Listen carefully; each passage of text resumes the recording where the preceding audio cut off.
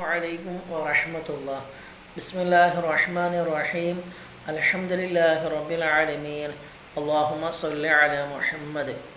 വെള്ളം കുടിക്കുമ്പോൾ നാം ഒന്ന് ശ്രദ്ധിക്കുകയാണെങ്കിൽ 6 സുന്നത്തുകൾ നമുക്ക് നേടിയെടുക്കാൻ കഴിയും. ഒന്നാമതായി പറയുന്നത്, വെള്ളം കുടിക്കുന്ന സമയത്ത് നമ്മൾ ഇരുന്നു കൊണ്ടാണ് കുടിക്കേണ്ടത്. രണ്ടാമത്തേത്, വലത് കൈ കൊണ്ടാണ് കുടിക്കേണ്ടത്. മൂന്നാമത്തേത്, ബിസ്മി ചൊല്ലി കുടിക്കുക.